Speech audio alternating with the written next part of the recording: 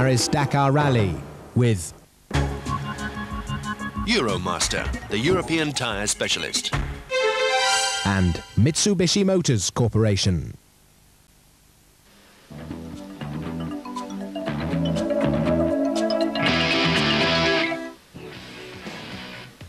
In terms of days, 1/3 distance has been completed on the 1998 Dakar, and drama's afflicted many today, including Thierry Magnaldi, who crashed out.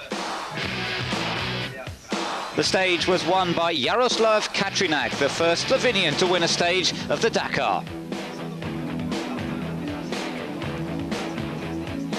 Jean-Pierre Fontenay won the cars stage, his first of the event, but teammate Bruno Sabi still leads overall. And Jean-Louis Schlesser again split the Mitsubishis, and but for a navigation error, he could have won the stage today.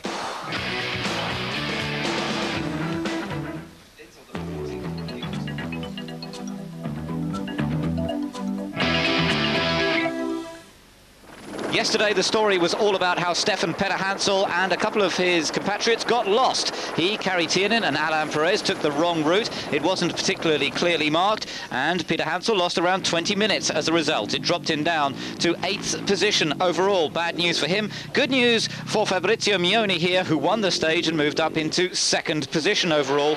He nearly went wrong himself, but he realised faster than Peter-Hansel and the others. Bruno Sabi here on board with him as he went through the first series of dunes that the rally's come across this year. He retained the lead overall on a stage which saw the dunes that the Mitsubishi team often spend much time testing on. There were problems for Pro Truck. Larry Ragland had gearbox failure, and Pierre Lartigue suffered eye problems. In fact, he's got an eye infection and has had to withdraw from the event. On board here with Philippe Alliot, another man who went well yesterday, the ex-Grand Prix driver on the stage in his Nissan, and talking us through a little bit. He says, unfortunately, we were stuck in the sand because our tyres were too high in their pressures, but a little bit silly. We lost 10 minutes, but it could have been worse. It's a pity because we were driving well. As you can see, it's not easy in here, that sort of sand. We'll just have to try and get through safely and get to Ouarzazate without problem. So Philippe Alliot, former Grand Prix driver, drove for Ram, Ligier, Larousse, Ligier and McLaren in his time. 43 years old now, an enthusiastic competitor on the Dakar in recent years, on motorbikes as well as in cars. And this year he's driving an André Dessoude prepared Nissan. So fun and games yesterday. It was a long stage, it was a tough stage for many competitors. We saw withdrawal of quite a few bikes and cars throughout the course of yesterday's event. We lost something like 8 cars and something like 5 motorbikes along the way, so disappointment. Pierre Londereau still going though on his original Yamaha XT500, the same sort of machine that was running in the early days of the Dakar. And number 29 here, Carlos Solano, who took a tumble, unfortunately not restarting today.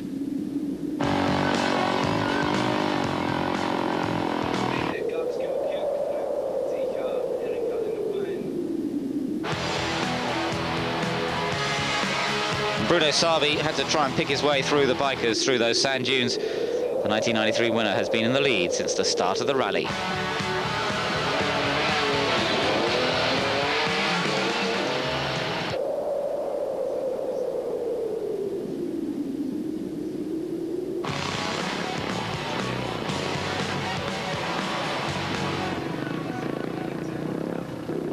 The contrast between the machinery and the peaceful, wide-open spaces of Morocco.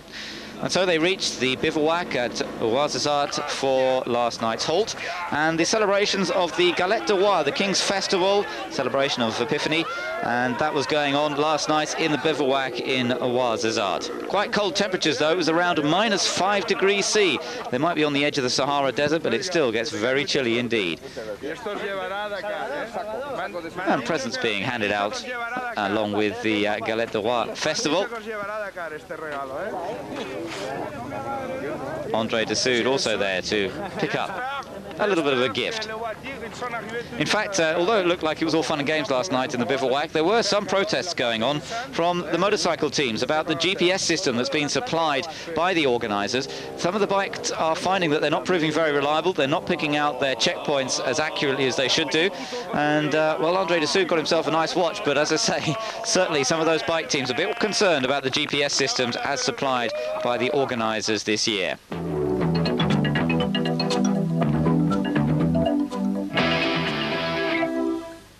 We saw that Stefan Peter-Hansel was in trouble yesterday. He had a problem with the gear change, first of all, but he also had sprained his thumb in one of the falls he suffered on one of the earlier days, and he's having some difficulty operating the throttle. So last night in the Bivouac, they tried to make some changes and make it more comfortable for him.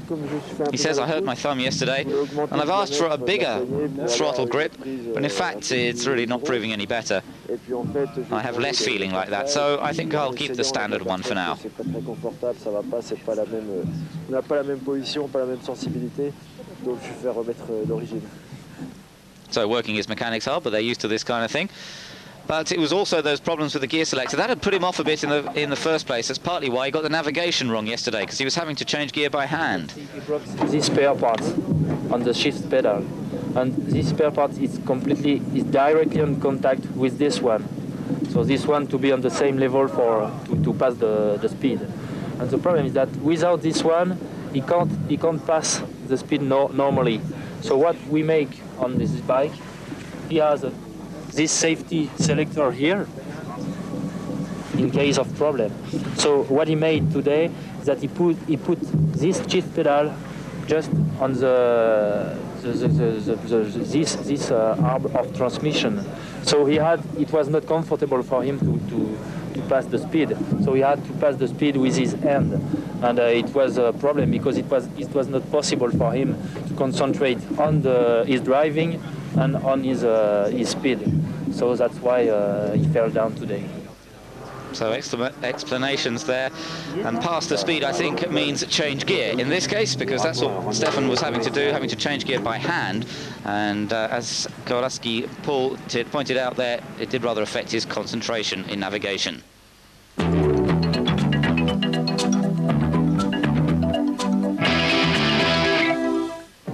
Today's stage, called the Edge of the Desert because they're running very close to the Sahara, a long leg of over 1,000 kilometers in all, a competitive section of 354 over 220 miles on rough vehicle braking terrain.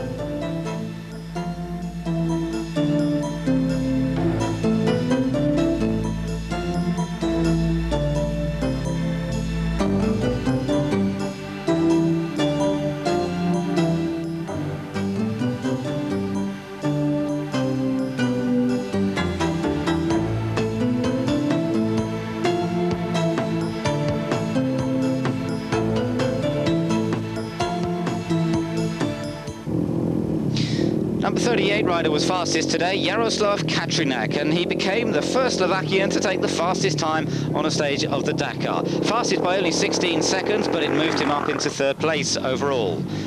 Katrinak has come from the world of enduro riding. We've mentioned quite a few riders in this year's event who haven't got much experience perhaps in rally raids, but have had great success in enduro riding in the past. He won the Enduro World Championship in the four-stroke class in 1991. And although he's not part of the KTM Works team, he's actually one of the privateers, like many others who've rented the bike off KTM. He's still highly rated by the Austrian Heinz Kinnegadner, who runs the KTM outfit. Stefan Peter-Hansel, second fastest today, trying to make up some of that lost time that the gear selection and navigation problems had caused him yesterday. He did gain around 3 minutes on the leader, Juan Roma. A very fast stage, this one, suiting the power of the 850cc twin-cylinder Yamaha. Really able to open that throttle in spite of his rather sore thumb and gain some ground on the opposition. Number 6, Oscar Gallardo on the BMW, third today, up to fourth place overall.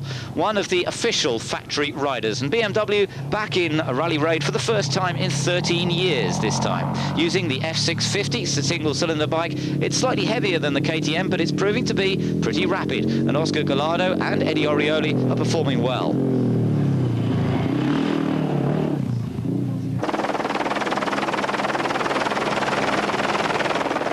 Overall leader, though, still is number 19, Juan Roma, fourth today, and the overall leader by some 2 minutes and 27 seconds. The top 9 bikes are still within half an hour of each other, and in fact, if you just take the top 5 motorbikes, they're only separated by some 9 minutes. It's pretty impressive when you imagine that they've been competing over 220 miles of competitive stage today, and yet the differences are still that small.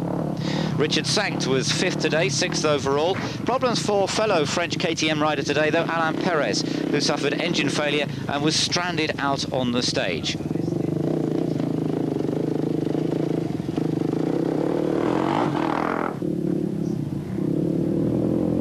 So as Richard Sanct continued on his way, there proved to be problems for Perez and for others.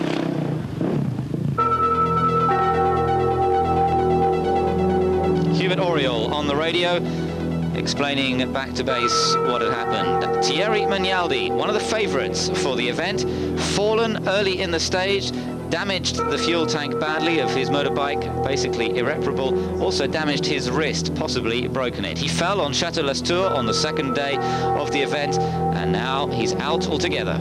Dans une section de boss, la moto l'a un petit peu décollé. Well, I just jumped a little bit too hard over some bumps. I slid, the bike crashed very badly, and the rear fuel tank is too badly damaged. There's nothing I could do, I have to stay there. Et puis malheureusement, la moto a mal chuté, le réservoir arrière a complètement éclaté. Le guidon aussi, donc handlebars as well are also damaged. There's just no way I can do any more.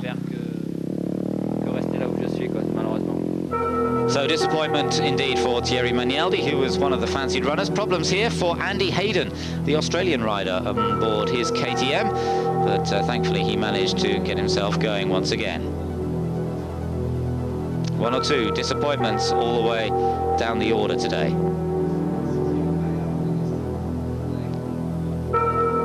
Kari Tiernen, the Finnish rider, another enduro man, also in trouble. You know, I thought 20 kilometers ago we met the last time and the bike was running perfectly nice, and just here, click, and no compressor anymore. I don't know what happened, but... And the engine is out? Yeah, sure, absolutely. What a shame, because Kari Tiernen's really been a bit of a star on the event so far. Great disappointment to see him out so early on. And, well, obviously the KTM challenge still very strong with all those bikes up there in the top 10, but that'll be a disappointing loss to have taken out Magnaldi and Tiernen in one day. Fabrizio Mione was 6th today, up to 2nd overall. This is Alfie Cox, the South African, 8 times winner of the Roof of Africa rally, and very used to this kind of terrain, no problem for him. He did well, 7th today, 7th place overall.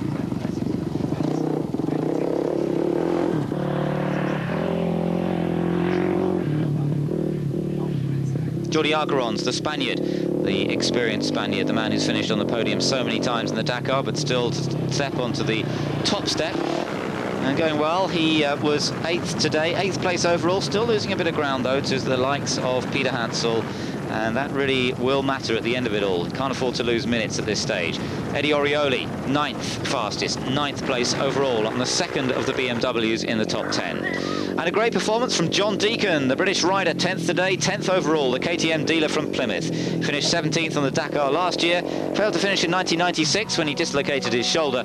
He survived hitting a car yesterday, but his knee is a bit strapped up as a result of that. A car drove into him on the liaison section, but it didn't seem to slow John down at all today, going really well. As for the other British runners, Simon Pavey is 84th, Alex Marr is 131st, and for the Irish team, they're all still there. None of them managed to finish last year, but Nicholas Craigie's in 101st, Richard Fair's 116th, Adrian Lappin is 132nd, and Vinnie Fitzsimmons is in 133rd. But what about Jaroslav Kaczynak, fastest today? He says, I'm not at 100% concerning the riding, but I think that navigation will be hard during the coming days. I don't know yet how I'll do, it's getting better every day. And to learn, the best way is to follow a good rider with a lot of experience.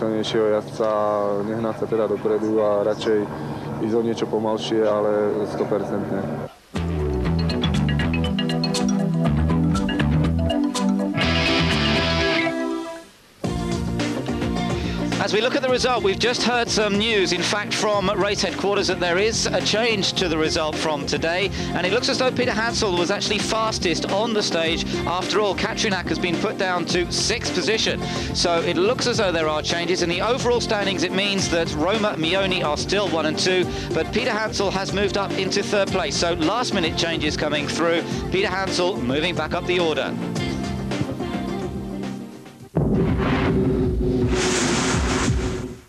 Me llamo Juan.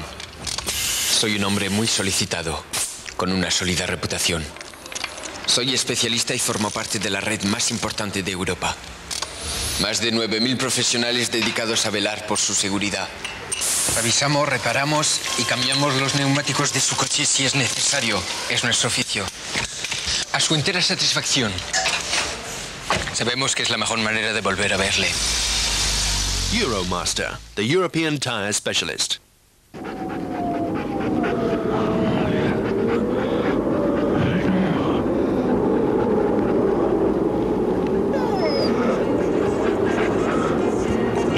Surprised at just how far the new Mitsubishi Pajero will take you. Hi! So, how about a ride? The all-terrain vehicle that redefines freedom.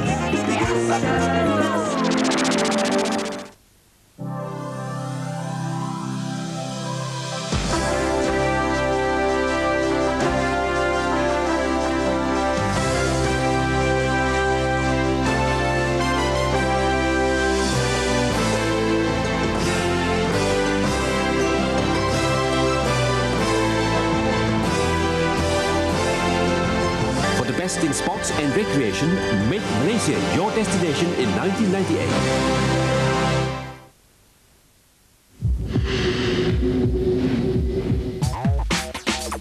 The Grundig Snowboard FIS World Cup. Speeds bordering on the insane, turns bordering on the maniacal, jumps bordering on the lunatic. Bored on a snowboard? I don't think so.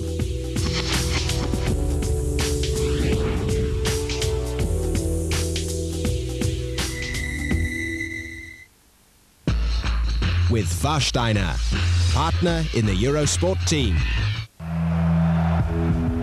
Back to the Paris-Dakar Rally with Mitsubishi Motors Corporation.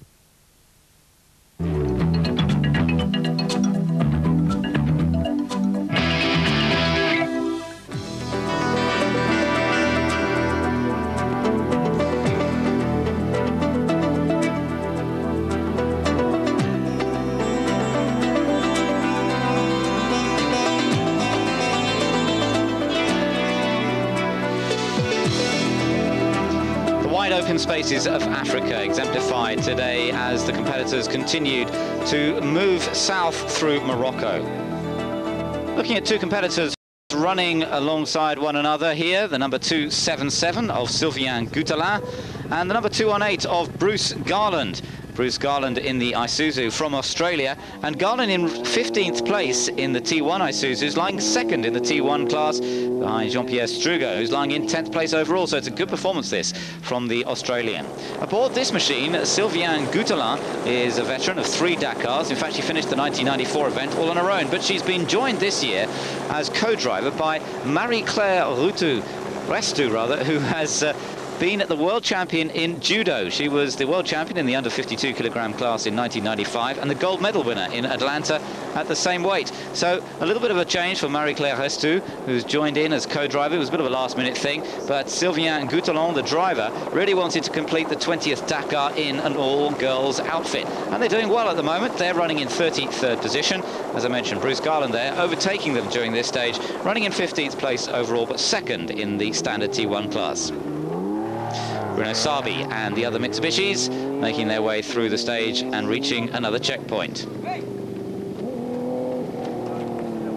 The motorcyclist being warned to get out of the way of the faster Mitsubishis coming in as Kenjiro Shinazuka slid to a halt. And of course, not too far behind, Jean-Pierre Fontenay. Also going well, Jean-Louis Schlesser, running very quickly indeed on this stage, and this really the sort of terrain that suits the V6 Renault-powered buggy.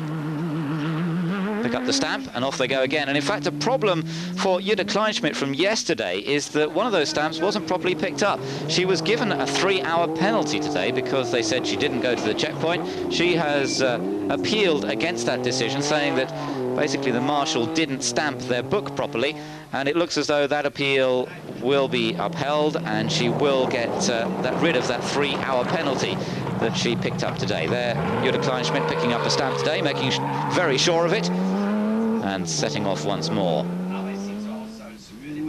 So Jean-Pierre Fontenay was fastest today. The first stage win of the event for him. He's been many times a winner in the T1 standard category, but still never the overall winner of the Dakar. He started his career as a technician for the Sonoto Rally Arts team. He's driven just about every Mitsubishi Pajero off-road competitive vehicle that there's been, and he's one of the fastest drivers as well. Got a new co-driver this year, Gilles Picard. Bruno Sabi, still to be headed in this rally in the car section. He's just driving sensibly at the moment, not doing anything silly, just making sure that he's completing each stage very much within sight of his teammates and therefore maintaining the overall advantage. The V6 Mitsubishi Pajero sounding great, producing around about 270 horsepower from its 3.5-litre engine. But Jean-Louis Schlesser kicking up a real cloud of dust today. Schlesser, the man known as the Moroccan, because he spent much of his youth actually living in Morocco, in Agadir, and so he loves this terrain. He really feels very at home here, and that showed today. He could almost have set the fastest time, but there was a little navigational error from co-driver Enchantal Poels, who's a very experienced co-driver herself. Very impressed with Jean-Louis' handling of the buggy through the dunes yesterday as well. On board for the moment with Salvador Servia, the very experienced Spanish driver. He's competed in all sorts of vehicles over the years, finished in 6th place last year, 5th the year before, and he does like a bit of singing, does Salvador Servia.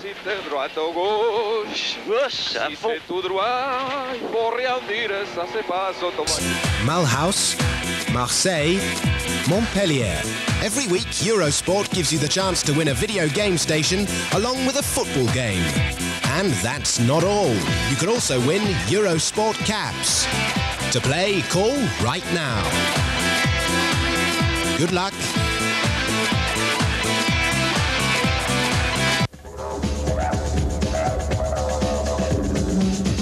It's high summer in Melbourne. They're getting ready for the first Grand Slam of the year, and Eurosport will bring you unrivaled coverage. Greg Rosetsky and Tim Henman have brought British tennis out of the shadows. Now, what can they do in the sunshine down under? The Australian Open, coming soon on Eurosport.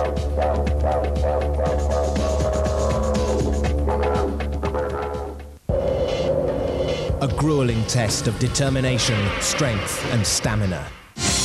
Covering mile after mile of almost impossible terrain in bitterly cold, merciless temperatures. Up mountains, then down them, through forests, through blizzards even.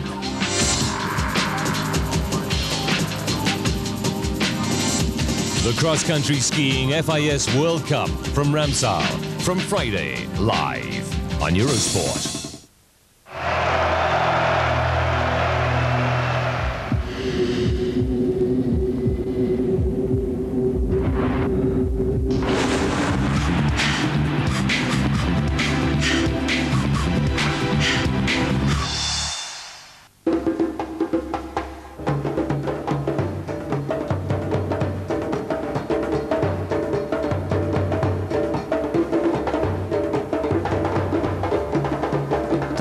Dakar Rally with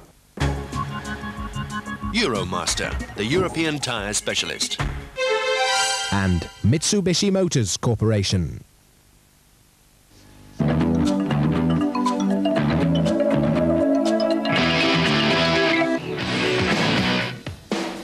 The 7th day of the Dakar has seen the rally move into Mauritania on the so-called Imperial route. Eddie Orioli had some problems today, came in 20th. We'll be looking at the BMW Challenge in this programme.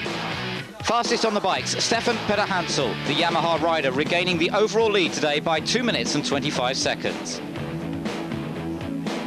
Problems again, though, for the Toyotas, and tonight it looks as though Philippe Vonberg is out of the rally altogether. And fastest in the cars today, Kenjiro Shinazuka, but Jean-Pierre Fontenay has taken the overall lead, the first time that Sabi has been headed.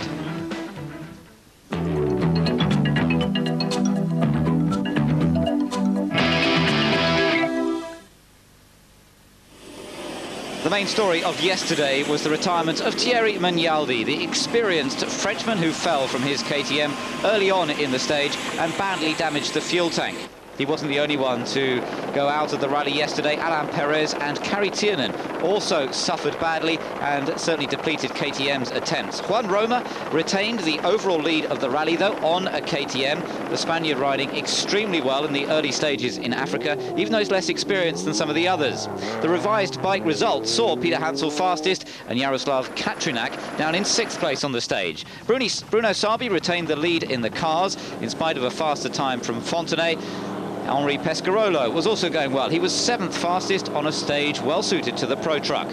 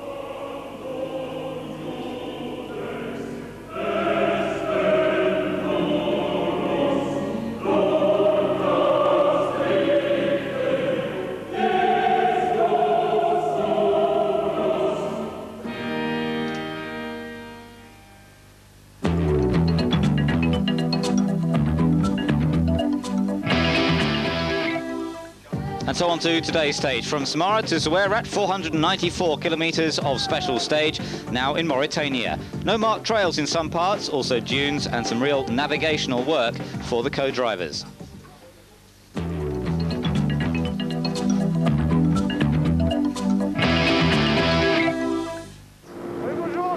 And we go straight on to the event with Richard Sankt with an onboard microphone today. He says, hello, this is Richard Sankt. Today we've completely changed the nature of the track. This has got stones all over the place. We're getting into Mauritania, and we can see that with this special we are travelling extremely quickly. I've been flat out for more than 80 kilometres now. Just got to wait and see. I think tonight it's going to be a big gap between myself and Stefan Peter-Hansel, because today is a stage that suits the twin-cylinder engine of the Yamaha. As you can see, I'm flat out. We have wind ahead of us, and I'm only at 135 kilometers per hour. I think Stefan will be going faster. Well, absolutely right. Stefan Peter-Hansel was going faster today. He was able to use the power advantage of that Yamaha to his benefit. The 850cc twin-cylinder Yamaha, which won't be allowed in 1999 on the Dakar Rally. They're excluding this type of machinery from the event. So this is perhaps Peter Hansel's last chance, at least on this particular machine. Was fastest today by just under a minute. But importantly, he gained 17 minutes on Juan Roma, which has put Peter Hansel into the overall lead. Indeed, he was running flat out for so much of the stage, like the other riders, that he was running short on fuel by the end of the stage. He actually had to back off the throttle a bit. He was only getting 15 miles to the gallon, and they normally allow for better economy figures than that. Number 10, Carlos Sotelo on the Cagiva, second fastest today, but down in 8th place overall, the young Spanish rider. He has had one third-place finish on the Dakar. That was back in 1996. Fabrizio Mioni, the Italian, back up to second place overall now after being third fastest today. And Oscar Gallardo, number 6, fourth today on the twin-cylinder 650cc BMW. The Spaniard is the best placed BMW in 5th position. He finished second to Peter Hansel on last year's event when he was riding a Cagiva. But today there was this very nasty-looking fall for David Costera. Several fallers indeed on today's stages. David Costera is support rider for Yamaha Motor France to Stefan Peter-Hansel. It's his job to come along and pick up the pieces when there are troubles. This is Flavio Agradi, who was also having some problems of his own and waiting for some assistance to get the bike fired up again. More problems today as well for the experienced Spanish rider. And it looks really as though Jordi Arcaron's attempt to win the Dakar is over for another year, I'm afraid. He lost 4 to 5 hours today with mechanical problems, and that really has put him out of the running. He has decided to try and continue, though, to try and support some of the other KTM riders. But KTM really have had a hard time with Magnaldi in trouble yesterday, Perez, Tiernin, and then Arcarons today. We're on board now with Andrea Meyer, the German girl, riding on the BMW. She says it's really difficult to drive here. Very, very soft. Okay. It's going all right at the moment. You really have to take care and go slowly, because there are so many stones, so many rocks.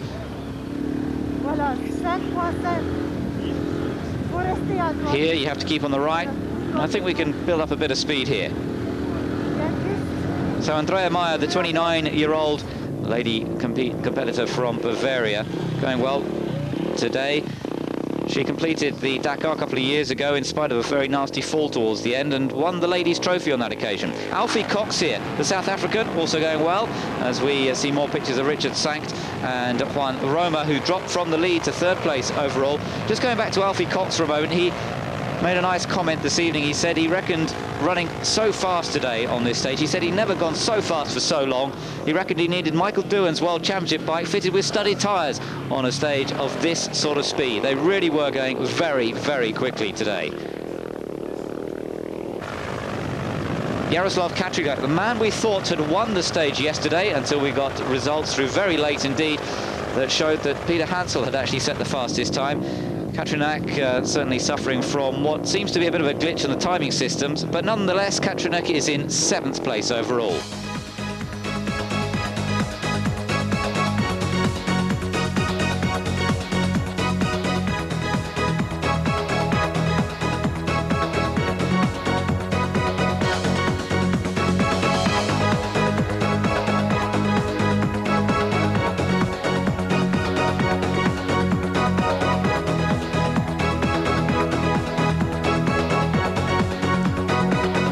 Attacking a long stage. Let's hear from some of them. Stefan Peter Hansel and Britain's John Deacon.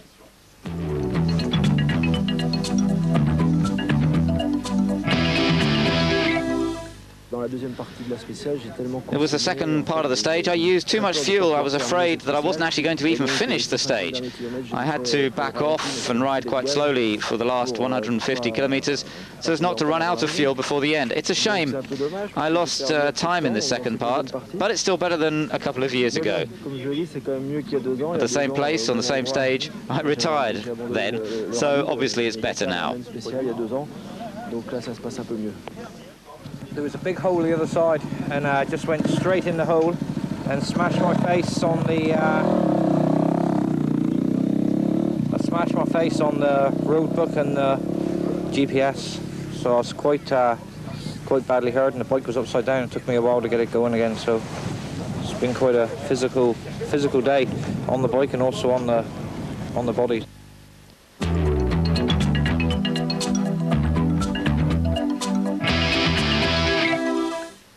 So John Deacon there, obviously having a bit of a tough day, but still in 10th place overall. He's still going and doing a fine job. Best position for a British rider for a long time. Stefan Peter Hansel fastest today. Carlos Sotelo's second fastest, and Peter Hansel now taking over the overall lead. There you are, the overall standings see him 2 minutes 25 seconds ahead. But as I mentioned, John Deacon still going well in 10th place. Let's hope he can improve on that throughout the remaining event.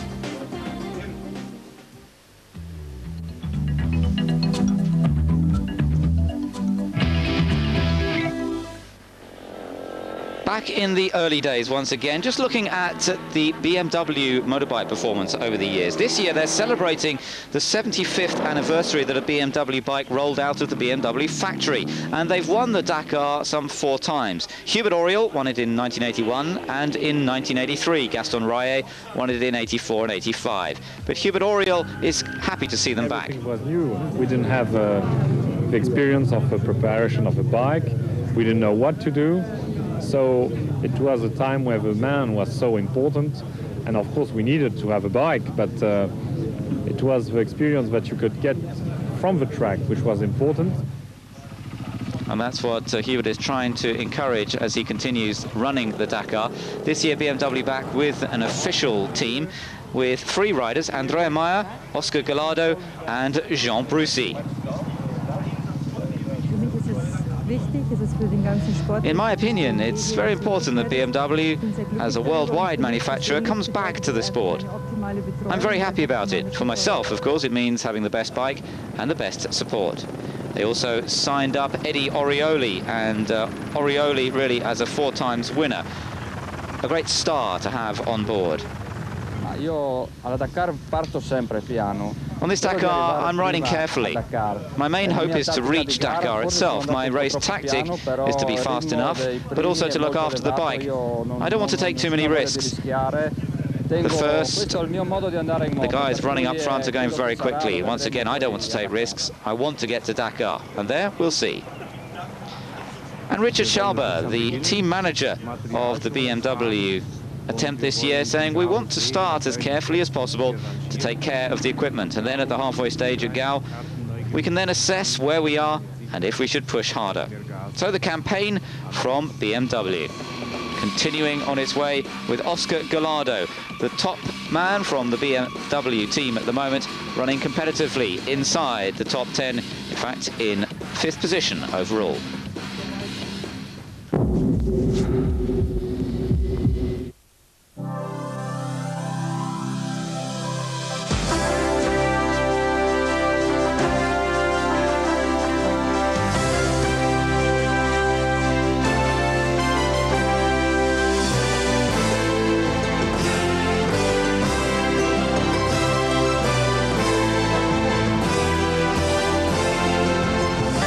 In sports and recreation, make Malaysia your destination in 1998.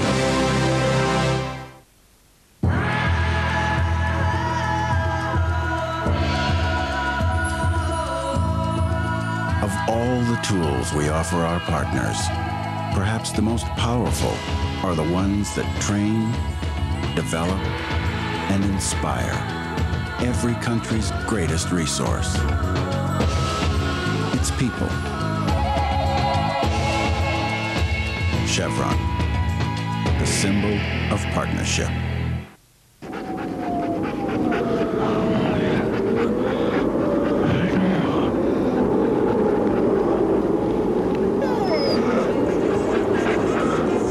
You may be surprised at just how far the new Mitsubishi Pajero will take you.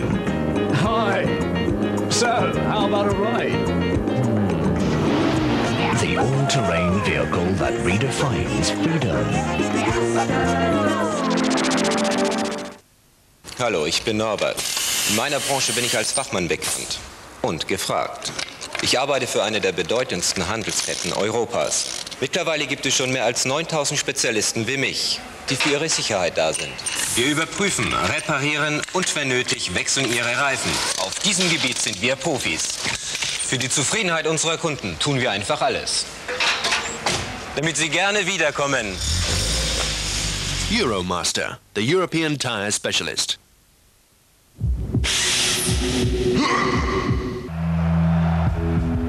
Back to the Paris-Dakar Rally with Euromaster, the European tyre specialist.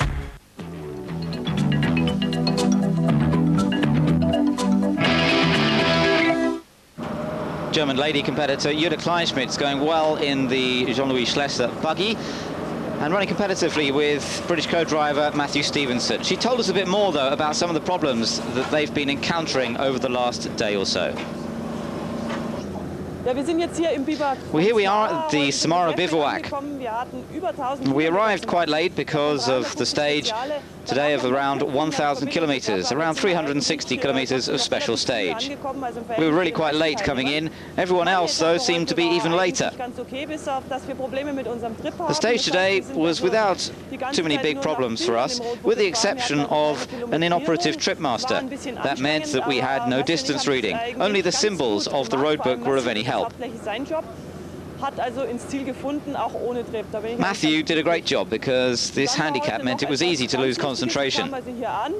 I'm very happy about our result. Arriving here at Samara, though, I had a bit of a surprise. The organisers told me that we had received a 3-hour penalty for not stopping at a control point yesterday. I was very surprised, and at the moment it looks as though I will hopefully get rid of the penalty, because there were around 20 people who saw me at that checkpoint. For some strange reasons, the stamp didn't show up in the road book. So it's a little bit odd, but as I say, there were plenty of people at the checkpoint to see that we were there, so I don't think that there should be too much of a problem in us appealing against the 3 hours.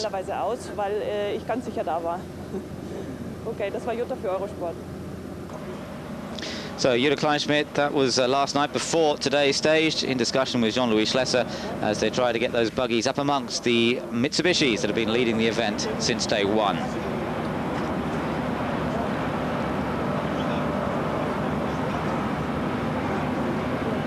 Just checking out the overnight accommodation at the Bivouac at Samara before everybody got ready to set off on another long stage today. And the Mitsubishi drivers seemed intent on studying the terrain before they set off this morning. Quite a few stones and rocks around, and of course part of driving on this sort of terrain is to understand it, to read it, to know what the problems are, to know what to avoid. And there's the road book that Jutta was talking about in the interview. The GPS system as well, inside the cars, on the handlebars of the motorbikes, to indicate to the riders and drivers where they are. They check their position with various waypoints along the stage. Today, navigation was vitally important. There were no recognised tracks to follow. It was all down to plotting the correct route. Here we go on board with Bernard Anciot and Jean-Marie Lequin, running in 8th position and with an onboard microphone as well, so we can hear from them. He says we're a Belgian team, Jean-Marie, the man who doesn't make any mistakes, and Lucky Luke between us here, the man who's faster than his shadow, and driving the Desert Cowboy, who's in the car and on the body shell as well. We're our real amateur team compared to the big teams. We get all the dust. We have to follow in everybody else's dust. Well, they're doing well. As I mentioned, 8th place overall in this T3 Nissan, which is entered by André Dessoud. Dessoud entering something like 23 cars on this year's event. These guys would have paid the money to the team, and the team would have supplied this Nissan fully prepared. Philippe Vonberg in a Toyota, another Japanese manufacturer, but they've been having problems today. Earlier on, things were going okay. He also had an onboard microphone this morning. He says he hoped that the day would be good for them. He says 500 kilometers. I think that if all goes well, we're going to need between 5 and 5.5 hours. I'll do my own race. I don't really care what the others are up to. This is the kind of thing when you're pushing too hard, and on these sort of tracks, this sort of terrain, that can see you roll over, so you've got to be very careful. It's dangerous, and unfortunately that, for example, was not marked in the road book. Well, normally those sort of special dangers are marked in the road book, but that just shows you how careful the drivers have to be very, very vigilant to make sure they don't get caught out by ditches along the way. At the checkpoints, and again, the Mitsubishi's running well, these superbly prepared machines. They sound glorious, they look great as well, and Bruno Sabi, Kenjiro Shinazuka and Jean-Pierre Fontenay, the 3 members of the Sonoto Rally Art team, still going great guns. Jean-Louis Schlesser in the number 202 buggy, expected to be fast on this stage, but a little bit disappointed with the performance today. From lying some 3 minutes 30 seconds behind Shinazuki yesterday, he's now dropped down to 21 minutes behind, and that really is a great shame. There's a little bit of mention of some contentious discussion going on between Jean-Louis and his co-driver, and Chantal Pauwels, who's been a co-driver in the World Rally Championship for the likes of Francois Delacour, but perhaps not so quite used to navigating on these stages. More problems today, though, for Philippe Vonberg. We spoke to him earlier, as you saw, later on, and he's broken down. He says about 800 yards before here, the gearbox began to make more noises. We think it's a bearing which has broken in the gearbox. The problem is that a piece of the bearing has made a hole in the casing. We have no other choice other than to go back to checkpoint 3. I think we'll have to, in fact, go back to checkpoint 2 to find the truck, which I think it should be there. The trucks don't make the whole stage, and that's the only way we're going to be able to repair and get out of here. We can't change the gearbox here, we don't have one. So Philippe Vonberg in big trouble, and in fact it does look rather like he's out of it altogether. He was down in 23rd place anyway after the broken suspension he suffered on the first African stage, which had cost him some 2 hours. But Kenjiro Shinazuka, the winner of last year's Dakar, set the pace today. A little bit unhappy about some of the drops on dunes, on the other side of dunes, that weren't marked too clearly in the road book. Jean-Pierre Fontenay, though, in the number 206, has taken the overall lead from his teammate Bruno Sabi. The lead just 1 minute 10 seconds, but nonetheless, Fontenay is the first man to head Bruno Sabi since the rally left Paris.